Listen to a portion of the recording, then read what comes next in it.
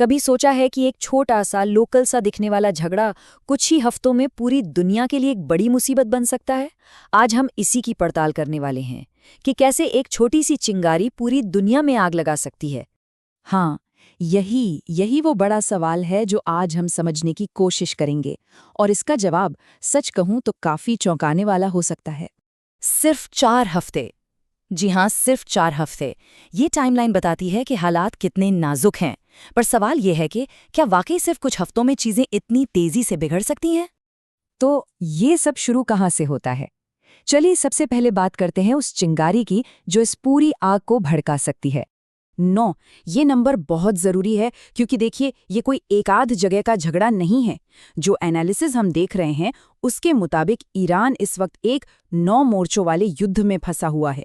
ये एक ऐसा उलझा हुआ जाल है जो पूरे इलाके में कई देशों और ग्रुप्स तक फैला है, और ये एक ऐसा जाल है जो कभी भी टूट सकता है। तो इस लड़ाई के सेंटर में कौन है? एक तरफ है ईरान और दूसरी तरफ है अमेरिका, इजराइल और खाड़ी देशों का गठबंधन। अब ये कोई नई दुश्मनी नहीं है, इनके बीच का तनाव काफी पुराना और बहुत कॉम्प्लेक्स है। अच्छा, तो फिर रूस और चीन कहाँ हैं? फिलहाल ये दोनों बड़ी ताकतें सीधे सीधे शामिल नहीं हैं, किनारे से देख रही हैं कह सकते हैं। ईरान को थोड़ी बहुत मदद दे रही हैं, जैसे सैटेलाइट सर्विसेज। पर ये जानकारी बहुत बहुत ज़रूरी है, क्योंकि उनका छोटा सा भी इन्वॉल्वमेंट एक ट्रिगर बन सकता है जो इस पूरे मामले को रीजनल से ग्लोबल बना दे। चलिए अब आते हैं 2 ऐसी जगहों पर जो इस पूरे मामले की जड़ हैं। ये हैं वो चोक पॉइंट्स, मतलब ऐसी तंग जगहें जो इस रीजनल टेंशन को ग्लोबल क्राइसिस में बदलने का दम रखती हैं। इन 2 समुद्री रास्तों को, होर्मुज और बाब अल मंदेब को, आप दुनिया की अर्थव्यवस्था की नसें समझ लीजिए। एक पर ईरान का कंट्रोल है, दूसरे पर हूथियों का असर है। और सोचिए, अगर इनमें से एक भी रास्ता बंद हो गया तो क्या होगा? पूरी दुनिया का ट्रेड, खासकर तेल का आना जाना, ठप पड़ जाएगा, और इसके जो नतीजे होंगे वो बहुत खतरनाक हो सकते हैं। तो सवाल उठता है, ये हूथी आखिर हैं कौन? जिस एनालिसिस की हम बात कर रहे हैं उसके मुताबिक ये यमन का एक ग्रुप है जिसे ईरान का सपोर्ट हासिल है। लेकिन इन्हें हल्के में लेने की भूल बिल्कुल मत करिएगा।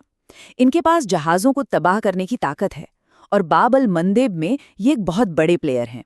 एक तरह से कहें तो इस पूरी कहानी के वाइल्ड कार्ड एंट्री हैं ये। ठीक है, तो अब देखते हैं कि ये मामला एक बड़े युद्ध की तरफ कैसे बढ़ सकता है।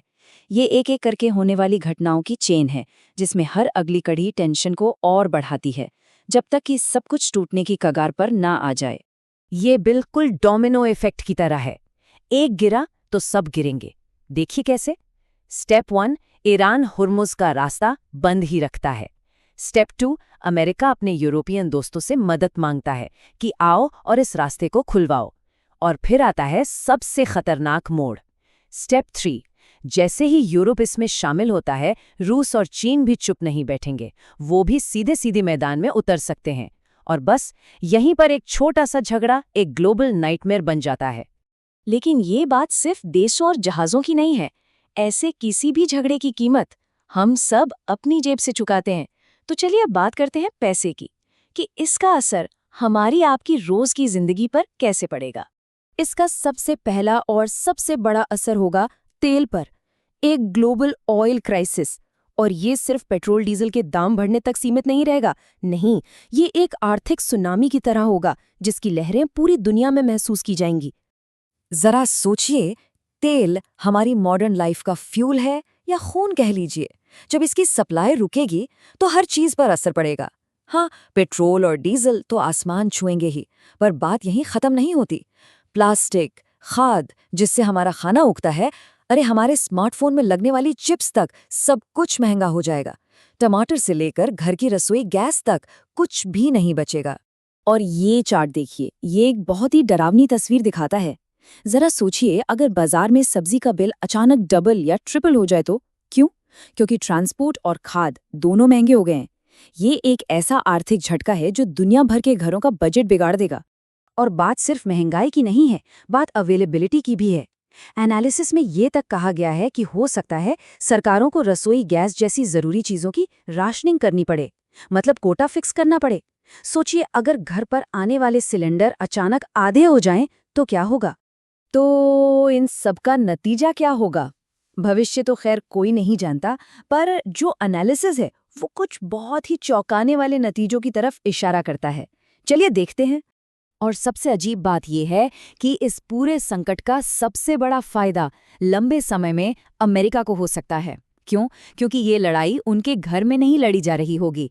जब यूरोप और एशिया में उथल-पुथल मची होगी, तब अमेरिका अपनी दूरी की वजह से शायद न सिर्फ संभल जाएगा, बल्कि और मजबूत होकर उभरेगा। ये कोड सच में बताता है कि दांव पर क्या लगा है। ये कोई छोटी मोटी रीजनल प्रॉब्लम नहीं है, ये एक ग्लोबल सिस्टेमिक शॉक है, एक ऐसी तबाही जो हमारी दुनिया की पूरी व्यवस्था को हिलाकर रख सकती है। और आखिर में एक सवाल जो सोचने पर मजबूर करता है, आज की इस कनेक्टेड दुनिया में क्या कोई भी लड़ाई वाकई में रीजनल या स्थानीय होती है? क्योंकि जैसा हमने देखा, एक छोटी सी चिंगारी भी पूरी दुनिया में आग लगा सकती है। और ये हमें याद दिलाता है कि कहीं न कहीं हम सब एक दूसरे से जुड़े हुए हैं।